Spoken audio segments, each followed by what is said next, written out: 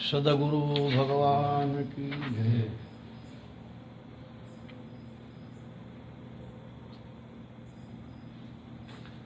આ દેવો તમને પ્રસન્ન થાય, પણ સત્પુરુષ એ દેવોનો દેવ છે, વિતરાગ દેવ છે.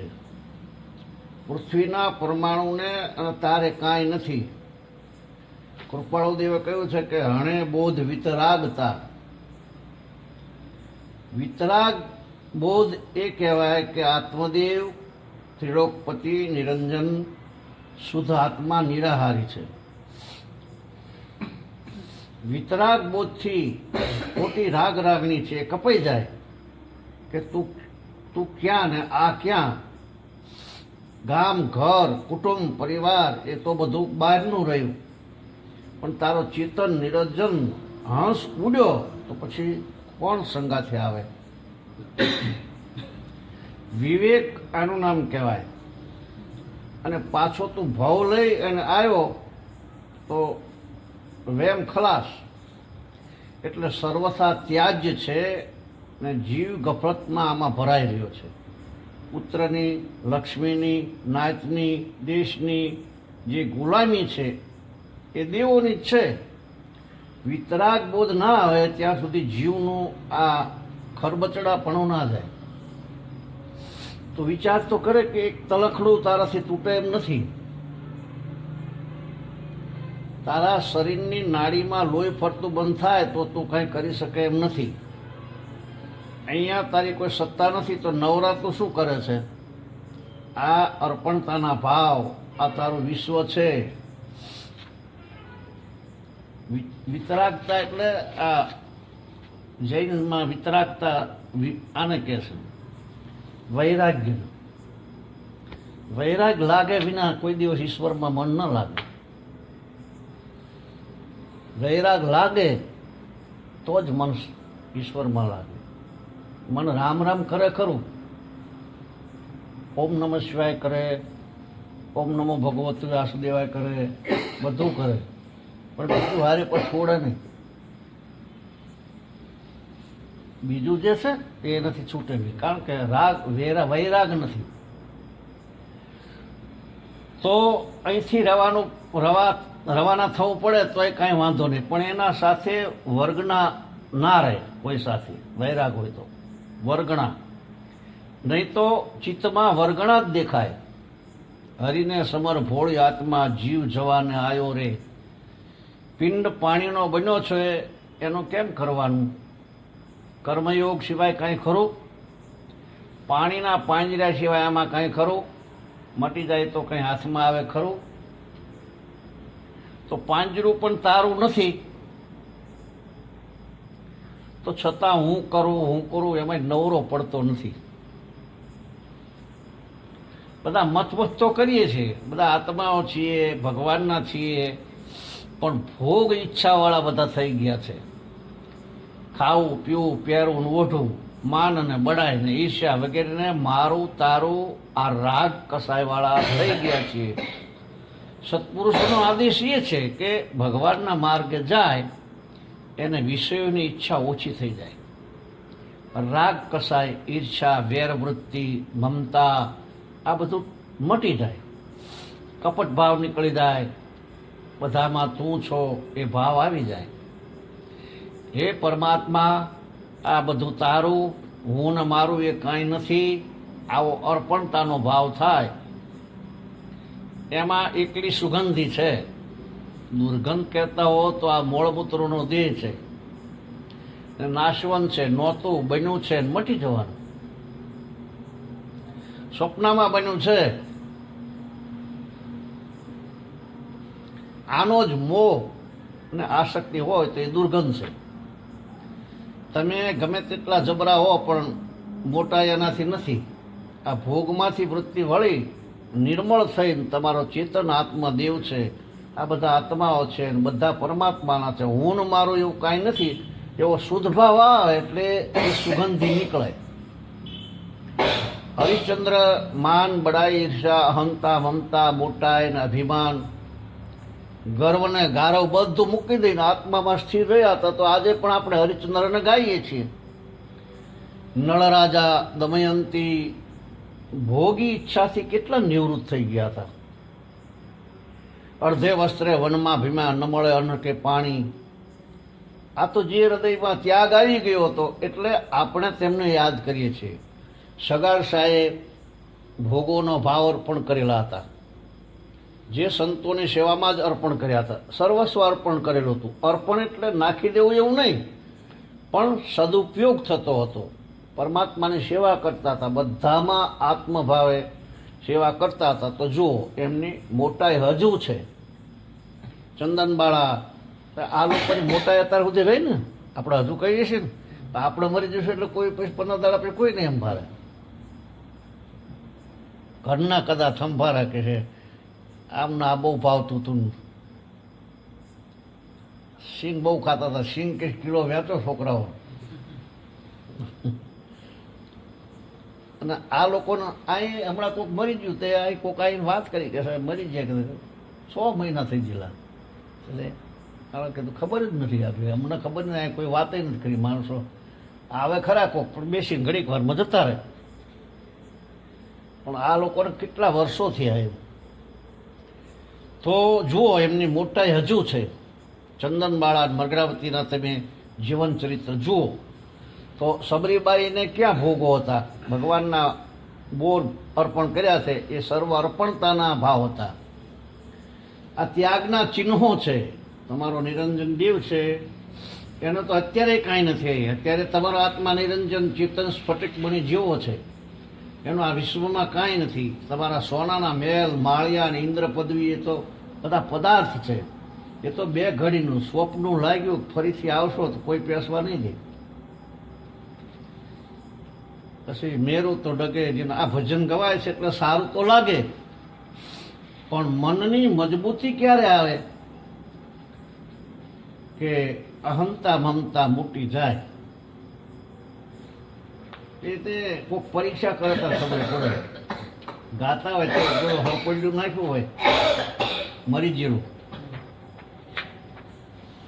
ભલે મરી ગયેલું હોય આટલું લાંબુ આમ ગાતા હોય ને પેટી હાથમાં હોય, પછી જો વચ્ચે આમ કરી પણાથી આમ ઘા કરો તો પેટીવાળા બધા નાહી જાય.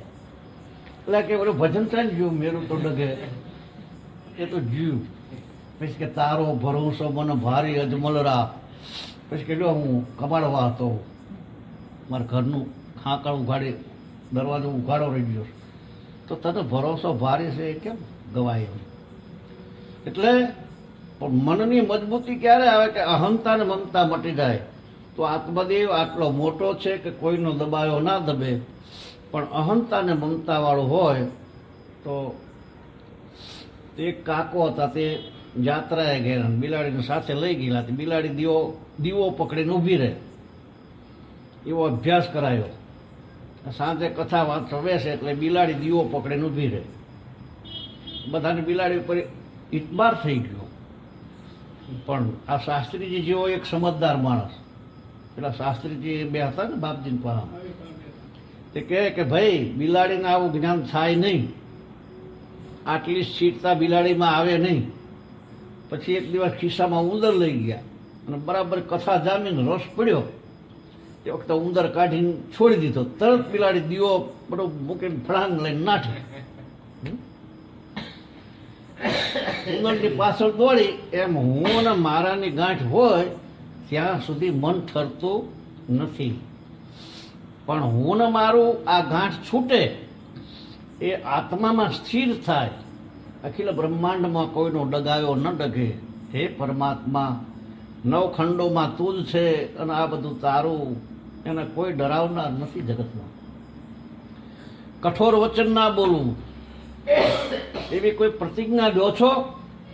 બાપજી કહેતા છે બધા કઠોર વચન ન બોલવું એવી કોઈ પ્રતિજ્ઞા લો છો? જુઓ આ વર્તમાન બગડે છે. આ તૈયારી આપણી નથી કે કોઈથી વેર ના કરવું, કપટ ના કરવું, ઈર્ષા ના કરવી, મમતા ના કરવી. આ જો તમે વર્તમાનના ભાવ રાખો તો સહેજે સહેજે આત્મા નિર્મળ થશે.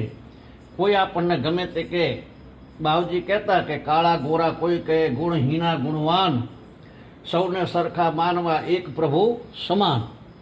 જો તમે વેર અને વિક્ષેપ વૃત્તિ કાઢી નાખો અને વૃત્તિ ટાઢી પાડી અને આત્મભાવ રાખશો તો તમને અત્યારથી જ શાંતિ થશે. એ તો બોલે, કૂતરું હોય ને ભસે તો એનું મોઢું બંધ કરો. ત્યારે વિભાવમાં આવેલો મનુષ્ય હોય અને કાળો ગોરો કે તો પણ તમે સચ્ચિદાનંદ આત્મા દેવ છો. તેને શું થાય? આત્માને કોઈ લેવા દેવાનું. તેને ગાળ ચોંટે, 100 ગાળો દે પણ પેલો ન માને તો એ ગાળો એને પડે. એ તો ગાળો દેનારને માથે ગઈ. એને જપવા ના દે. અમારે એક ભાઈ છે તે ગાળો દે તેની સામે જઈને ઊભા રહે. પછી પેલો થાકે એટલે કે ભાઈ હજી વધારે દેવી છે, કાંઈ કહેવું છે કે હું જઉં. ગાળો ખાવી કેટલી જબરી છે, કેટલી મીઠી લાગે છે. તો મનખા દેવના અવતારમાં નમ્રતા રાખો, નીતિ રાખો, વિનય રાખો, સંપ રાખો, બધામાં આત્મભાવ રાખો. મહેમાન આવેલા છો જે અને જવાના છો, માતાઓ કે પુરુષો, કોઈ રહેવાનું નથી. આ સ્વપ્નું લાગ્યું છે. તમે અને અમે ધણી થઈએ છીએ પણ ફૂગો માર્ગમાં ફૂટી જશે, વસ્તુ એ રહી જશે. જે વસ્તુ છે અહીં રહેશે અને કર્મ ભોગવવા માટે તમારે જવું પડશે. એટલે વર્તમાન કર્મ સુધારો. કોઈને દુભાવશો તો માય તરત ડંખશે. તમારા હાથે કે નિમિત્તે કાંઈ થશે તો તમને તરત જ ખ્યાલ આવશે. ભક્તિએ પુસ્તકમાં રાખવા નથી, ભજન તે સત્સંગ અહીં રહેવા નથી. સત્સંગ જીવનમાં ઉતરી જાય તો જે વખતે તમે ચૂકતા હશો એ વખતે અટકાવશે. આ જીવ દુભાય કે કપટ મારાથી નહીં થાય.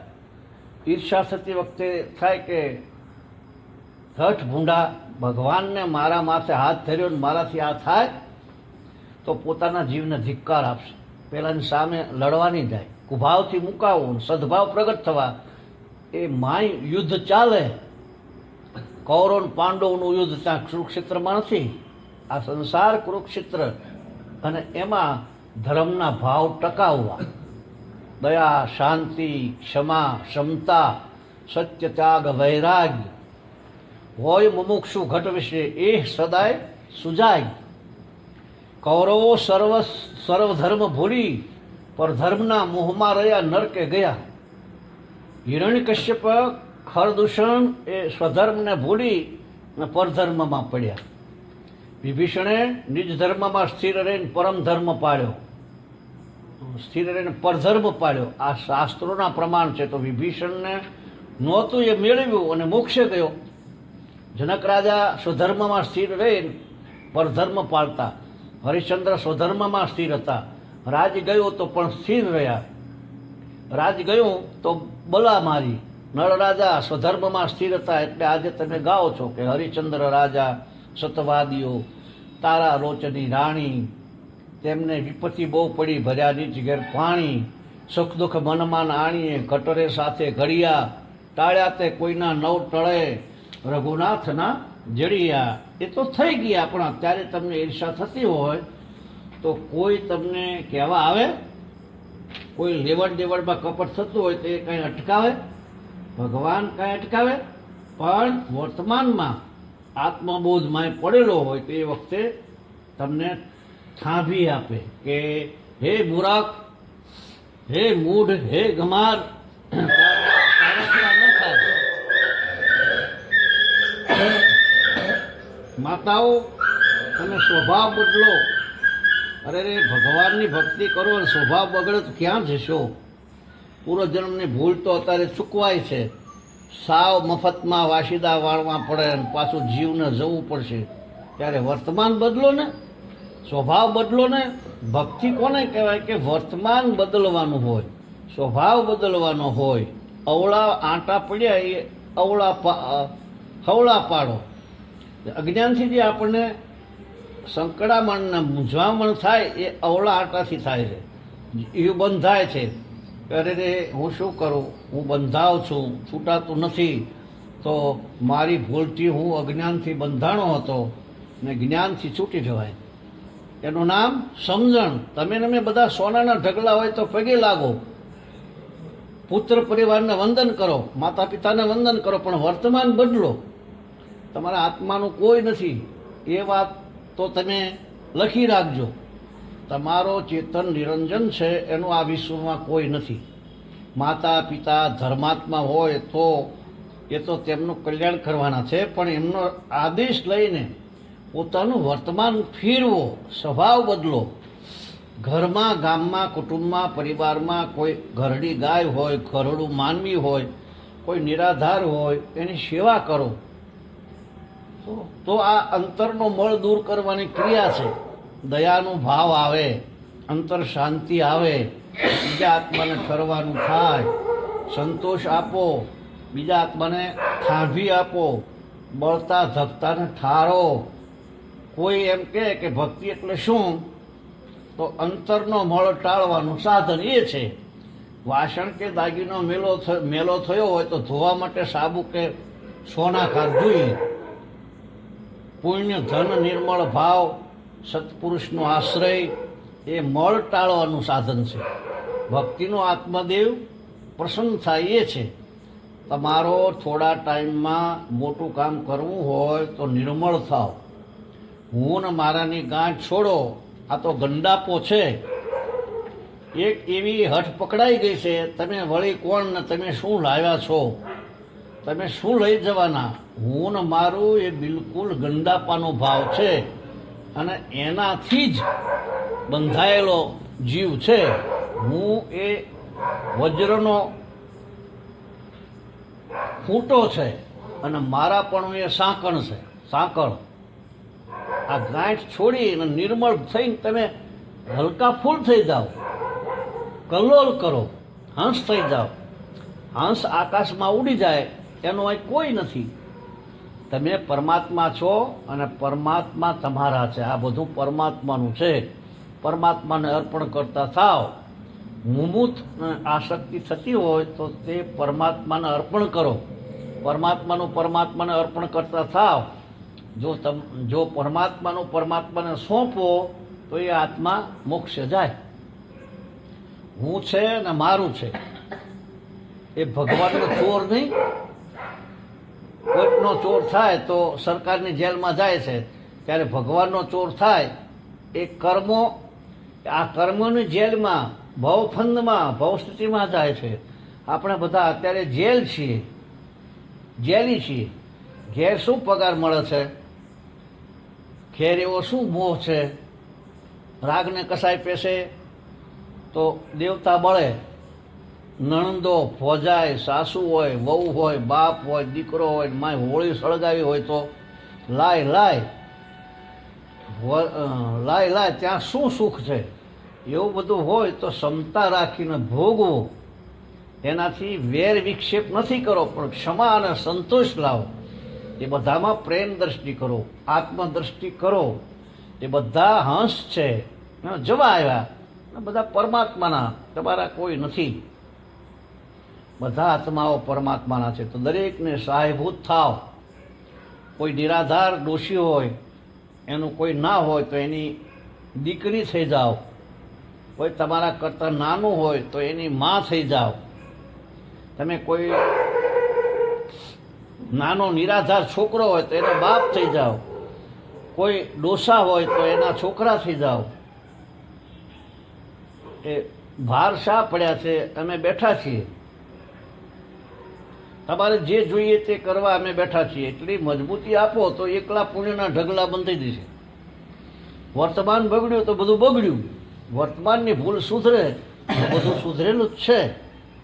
તમારો નવો ભાવ રચાય છે. કોઈથી વેર કરશો તો તમારો નવો ભાવ રચાય છે. એ વેરભાવવાળા, રાગ અને મોહવાળા જીવ આગળ આવીને ઊભા રહેશે. જેવા કુટુંબમાં જશો ત્યાં આગળ, પશુમાં જશો તો ત્યાં આવવાના. પણ જો તમે નિર્મળ થઈ આત્મભાવવાળા થશો તો આ પ્રેક્ટિકલ ના જોઈ લીધું. અત્યારે હવે આપણે શું વેચી લેવાનું છે, નથી ઘર બહાર કે કહ્યું. તે બધાનું ચૂકવણું ચૂકવી દો. મમતાવાળાના પૈસા આપી દઈ, માગતાવાળાના પૈસા આપી દઈ ને એ પૂર્વનો ઋણાનો સંબંધ છે એ ચૂકવી દો, આત્મામાં રમો, ખળખળિયા નાળિયેર જેવા થઈને રહો. તો માતાઓ, પતિમાં પરમેશ્વર ભાવ રાખો, કોઈ વિકલ્પ ના કરો, સમજણપૂર્વક વર્તન કરો. પરુનો દેહ છે એ પતિ નથી, એને તો સળગાવી દેવાનો છે. માય જ્ઞાતા દ્રષ્ટા નિરંજન દેવ બેઠા છે, હંસ છે એ અમરલોકના રહેવાસી છે, પરમાત્માનો અંશ છે. તમારામાં એ નિર્મોહ વિતરાગ દેવ બેઠો છે. એમાં સૃષ્ટિ કે સંસાર નથી, જગત નથી, વિકલ્પ જ નથી. એનામાં ક્રોધ અને લોભ તો છે નહીં. આપણે શ્રદ્ધા અને વિશ્વાસ લૌકિક ભાવો પર કર્યો છે. તમે જ્યાં છો ત્યાં શું લાવ્યા છો અને તમારી પાસે શું રહેવાનું છે? એ હંસ ઉડી ગયો તો શું સાથે આવશે? જ્ઞાન થવાનું છે ત્યારે થશે, પણ આટલો વિવેક આવશે તો તમે ખુલ્લા ને હળવા થઈ જશો. માં ક્યાંય વેર હોય તો માફી પત્ર લો, કરી લો. મા બાપ થઈ જાઓ, મોટાના છોકરા થઈ જાઓ, દીકરીઓ થઈ જાઓ, સરખા હોય તો બહેનો થઈ જાઓ. લાયક થાવ અને પ્રેમ દ્રષ્ટિવાળા થાવ. ત્યારે રે મનખાદેવના અવતારમાં પશુ બુદ્ધિ રહે તો આ ધર્મ પરિણમે.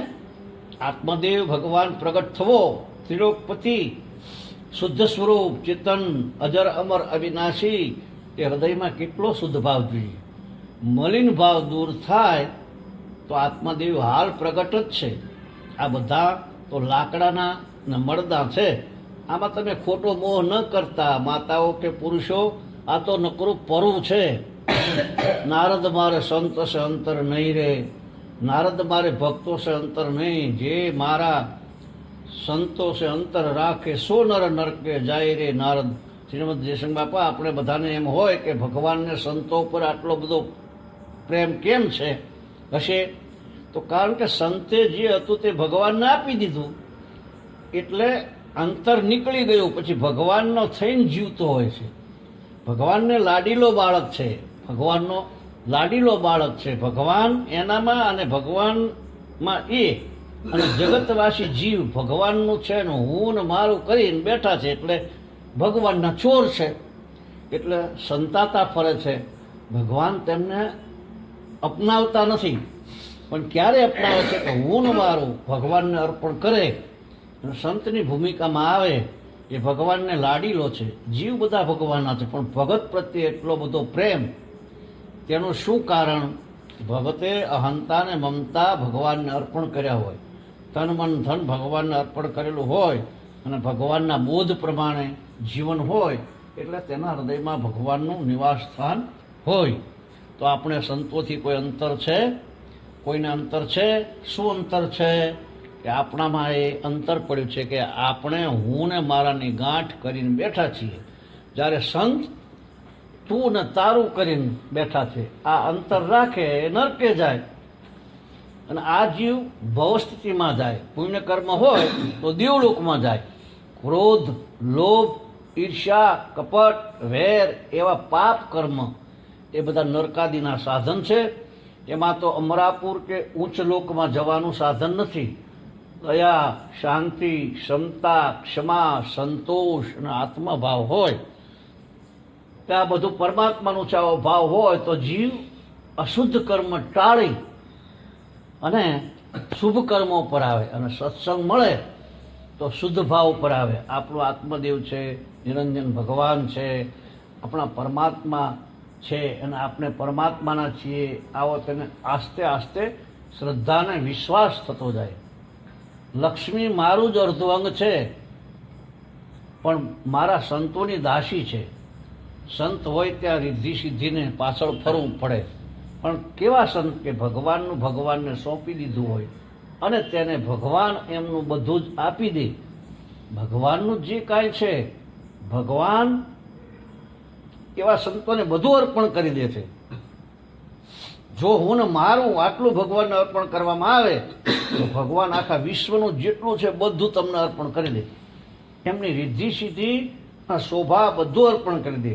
આવા ભગવાન દયાળુ છે. તો લક્ષ્મીના માટે આપણે ફાંફા મારીએ છીએ, પણ હું ને મારાની ગાંઠ હશે તો ઝેર વેરા છે.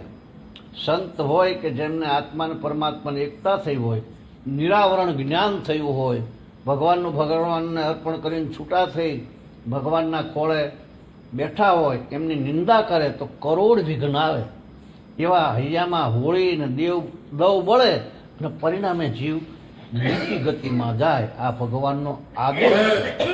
આનું પ્રમાણ જોઈતું હોય તો પાંડવો અને કૃષ્ણ ભગવાનની નિંદા દુર્યોધન કરતો ત્યારે 28મી નરકે ગયો છે. નરકે એમને એમ ના જવાય, ઘણી અવળી મજૂરી કરે ત્યારે જવાય.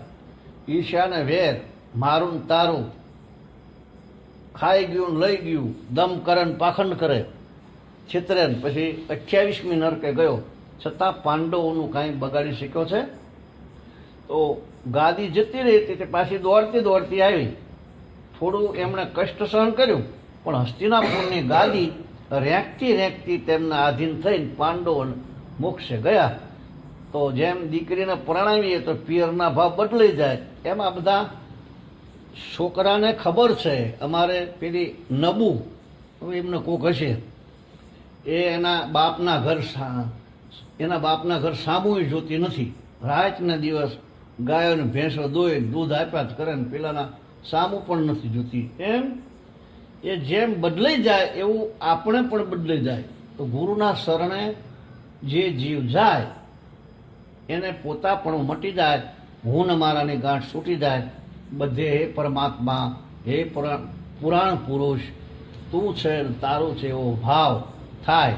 ભગવાન આપણને ભાળે, પણ આપણે ભગવાનને ભાળીએ ન ભાળીએ એનું કેમ કરવાનું?